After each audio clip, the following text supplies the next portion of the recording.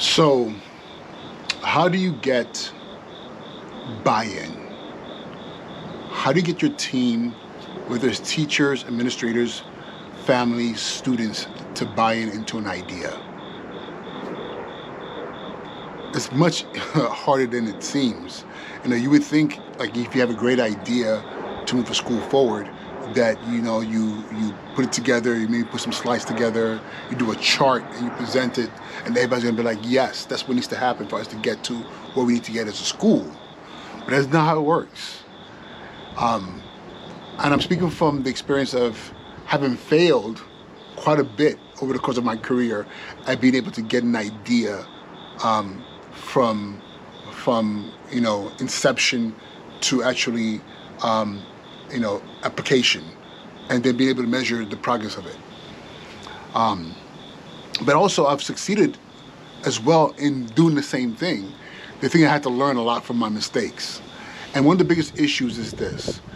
Often we create and we establish these ideas in a silo. We as leaders, we identify a problem. I need to move this population, this subgroup of my students up by 5%, whether it's in performance in math or science, or increase attendance, or reduce chronic absenteeism. And you do your research and you see what other schools are doing, and you write up a plan and say, hey guys, this is what we're gonna do. Attendance team, this is what we're gonna do. Assistant principals, this is what we're gonna do. School community, this is what we're gonna do. Because I did the research. But the thing that we fail to realize is people in organizations want to feel like they're part of the process.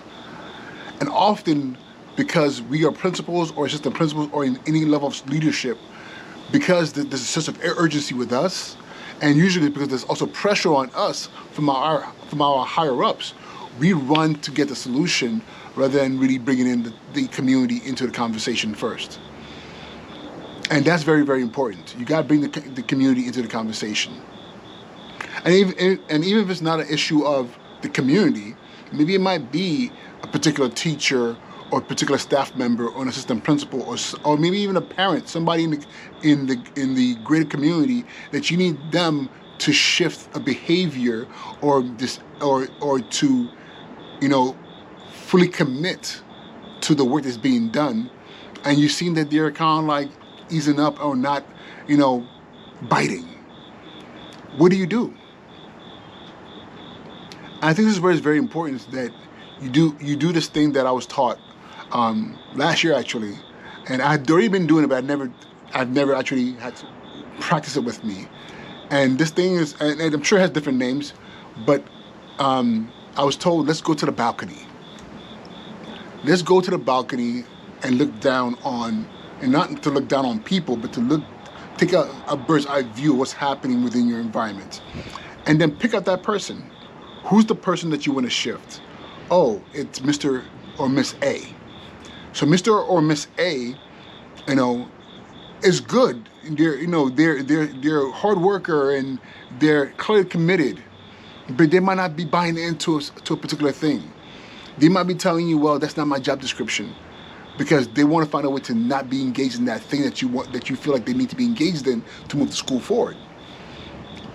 If you take a balcony view on them and ask yourself, what are all the mitigating circumstances? What's going on with them? What do you think might be the disconnect for them?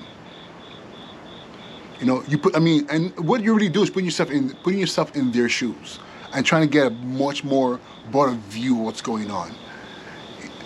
And one thing I learned from doing that is I learned that so often my perceptions or my thought process of what's really going on, my prejudice, and it is often a prejudice. This person's not doing this because they're lazy or they're this or what. It might be, I might have my own point of view that's not really true to what's really going on. And when you're able to figure out what's really going on, and it helps you to determine what is the motivator for this person. So it's beyond just looking from the balcony down at them and the environment and trying to figure out like what's the disconnect or what is the issue. You take that data, because that data is really the hypothesis, and then you meet with that person and meet with that person in a non-threatening, hierarchical, you know, an environment. You can't just be like, come meet me in my office and I'm going to sit at a conference table, or I'm going to sit behind the desk and exude my authority on you. Meet them in your classroom.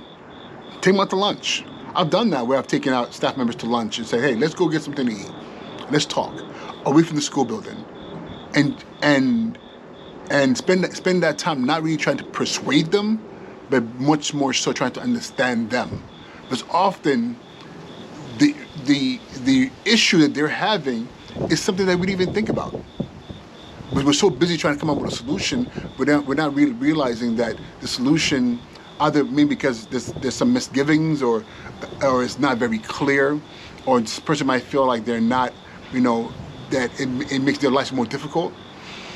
And once you establish what the issue is, then what I've learned is I found myself going back to the drawing board and making adjustments to make sure that if this is the issue for this person, that's not an issue for other people, and they're just not saying anything.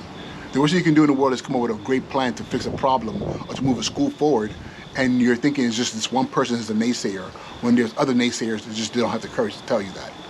So I just want to share that with you, you know, as far as how you move people who might not necessarily, or community might not be necessarily on board with you, with the vision and mission that you're trying to accomplish, you know.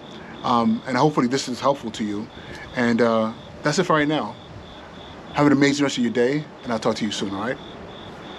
Peace.